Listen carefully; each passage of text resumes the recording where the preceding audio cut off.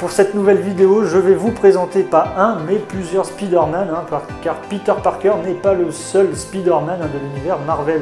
Je vais vous présenter l'un d'eux, que ce soit dans les films et les comics.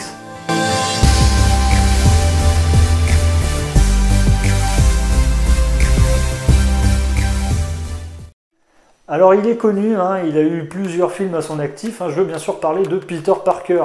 Après avoir perdu ses parents, après être élevé par oncle Ben et tante May et être mordu par une araignée dans les laboratoires Oscorp, eh bien on connaît tous son histoire. Oncle Ben est mort, de grands pouvoirs impliquent de grandes responsabilités, et même les plus grands philosophes des temps modernes ont cité cette phrase. Justement, c'est gérable si on s'en donne les moyens. Moi, je pense que, comme dirait Spider-Man, un grand pouvoir implique de grandes responsabilités. Et on le surnomme aussi l'araignée sympa du quartier. Eh bien, Peter Parker n'est pas le seul Spider-Man du monde, voire même du multivers. Et bien, laissez-moi vous présenter l'un d'entre eux.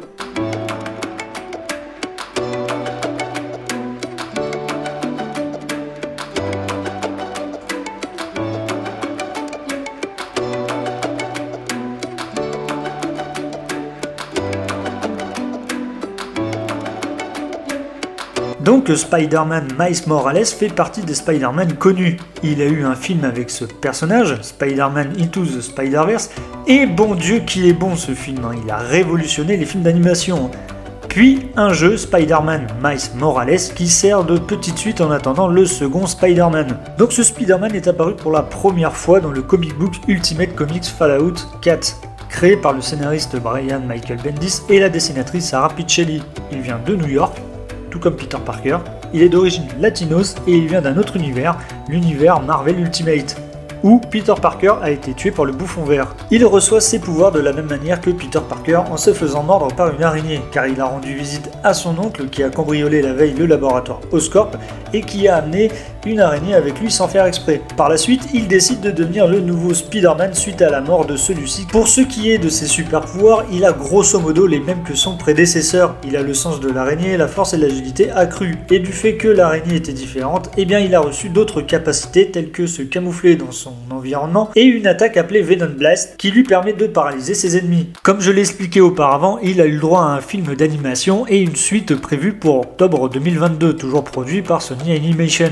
Il a eu le droit à un petit clin d'œil dans Spider-Man Homecoming où le personnage Iron Davis, interprété par Donald Glover, mentionne le nom de son neveu, Miles, mais cette scène a été cuttée. Donc on peut se demander si Miles Morales peut faire partie du MCU. Il apparaît aussi dans la série d'animation Spider-Man Ultimate sortie en 2012. Il a fait aussi des apparitions dans les jeux vidéo avec Spider-Man aux frontières du temps sorti en octobre 2011 et Marvel Future Fight sorti en 2015 sur smartphone. Et bien évidemment, comme je vous l'ai dit auparavant, il apparaît et il est jouable dans le jeu Spider-Man sur PlayStation 4 et son jeu à lui, Spider-Man Miles Morales sorti en novembre 2020 sur PS4 et PS5.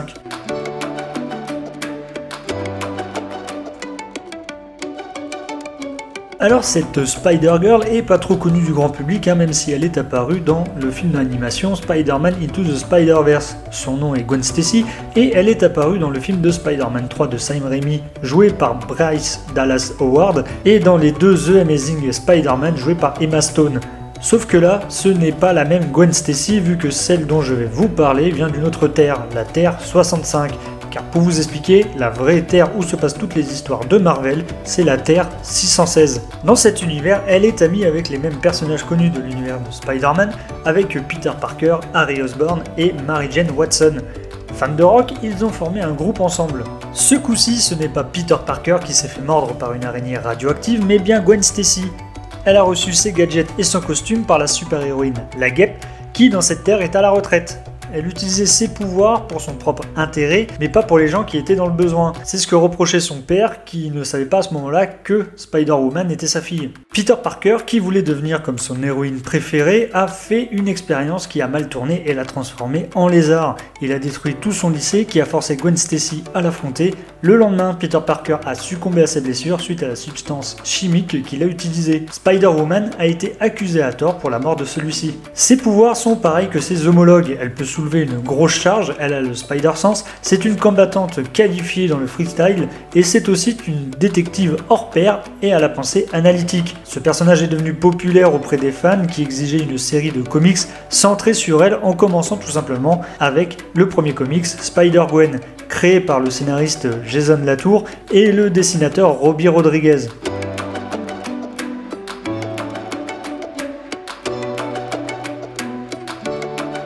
Comme troisième personnage, je vais vous parler de Ken Parker, aussi appelé Scarlet Spider. C'est un clone de Peter Parker créé par le professeur Miles Warren, alias le Chacal, qui est entre autres un des méchants récurrents de l'univers de Spider-Man. Le personnage apparaît pour la première fois dans Web of Spider-Man numéro 119 et dans la saga des clones. Il est créé par le scénariste Terry Cavanagh et le dessinateur Steven Butler. Ce personnage n'est pas le seul clone créé par le Chacal, mais il a réussi à se différencier des autres car il s'est forgé sa propre identité. Il est très admiratif de Peter Parker, il a reçu son nom de Scarlet Spider en voyageant aux États-Unis. Il a passé un séjour à Houston où il y avait un trafic d'êtres humains, donc lors d'un combat contre son ennemi, la salamandre, qu'il a vaincu par la suite, il fut appelé par celui-ci Araña Escarlata, qui veut dire Scarlet Spider. Après avoir arrêté ce trafic, Ken a appris le sens des responsabilités et maintenant il est devenu le Spider-Man de Houston. Ses pouvoirs sont quasi les mêmes que celui de son hôte, il a la vitesse, la force, l'agilité et des réflexes surhumains. Il a son sens de l'araignée plus développé que Peter Parker car quelquefois il a des visions du futur et il laisse sur ses ennemis une marque de brûlure qu'il appelle la marque de Kane. Ce personnage n'a pas eu pour le moment aucune apparition et adaptation dans un film, juste une apparition dans la série d'animation Ultimate Spider-Man.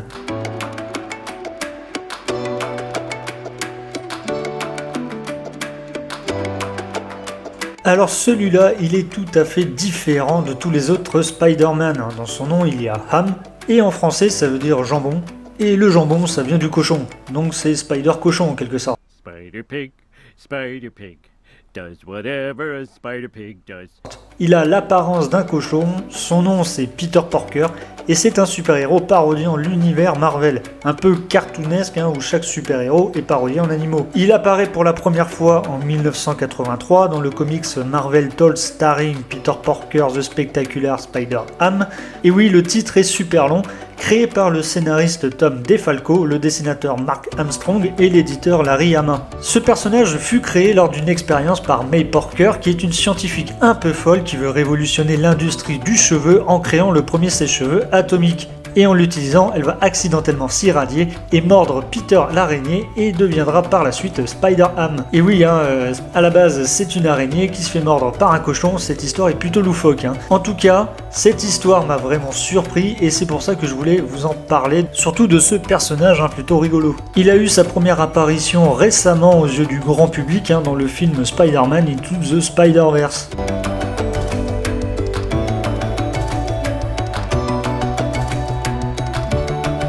Pour ce Spider-Man, on va aller dans le futur, comme c'est indiqué, ça se passe en 2099, dans un futur possible où Miguel O'Hara fait office du Spider-Man dans cet univers sur la Terre 928. Sa première apparition date de 1992 dans le comics Amazing Spider-Man numéro 365, créé par le scénariste Peter David et le dessinateur Rick Leonardi. Il travaille dans l'entreprise Alchemax, il est responsable du programme génétique où il fait des recherches directement liées et inspirées par le héros Spider-Man datant de l'âge héroïque. La société veut faire tester cette expérience sur des humains, mais Miguel O'Hara refuse. Suite à ça, il veut démissionner et un de ses collègues par chantage lui fait boire une drogue qui s'appelle le Rapture, que seule la société Alchemax possède. En voulant purger la drogue de son corps, un rivaux trafique l'expérience en espérant causer sa mort, mais cela n'a pas marché et a transformé Miguel en commençant par ses yeux en les changeant en rouge et l'a pourvu de griffes sur ses mains et ses pieds. Il découvrit suite à ça ses nouveaux pouvoirs et décide de rester dans l'entreprise dans laquelle il décide d'affronter avec son identité secrète Spider-Man. Comme pouvoir, les capacités qui ont augmenté sont la force, la vitesse, l'endurance et l'agilité. Il possède des canines allongées qui sécrètent du venin paralysant, des griffes aux mains et aux pieds qui sont rétractables, aussi la capacité de se guérir. Il peut voir des objets se déplacer rapidement et voir dans le noir car il est devenu plus sensible à la lumière. C'est pour cela qu'il porte à longueur de temps des lunettes de soleil. Il a fait une apparition dans un jeu Spider-Man intitulé Spider-Man aux frontières du temps et il est apparu aussi dans la scène post-générique plutôt sympathique et drôle du film Spider-Man Into the Spider-Verse. Bon voilà, je vous ai présenté quelques personnages de l'univers Marvel, plus précisément du Spider-Verse. Je vous ai présenté ceux qui m'ont marqué, que ce soit en film et en comics. Je vous invite à vous abonner à la chaîne, à liker la vidéo si vous l'avez aimée, à me suivre sur Twitter et Instagram et aussi sur le Discord, les liens sont en description. Et ben moi je vous dis à une prochaine vidéo. Ciao!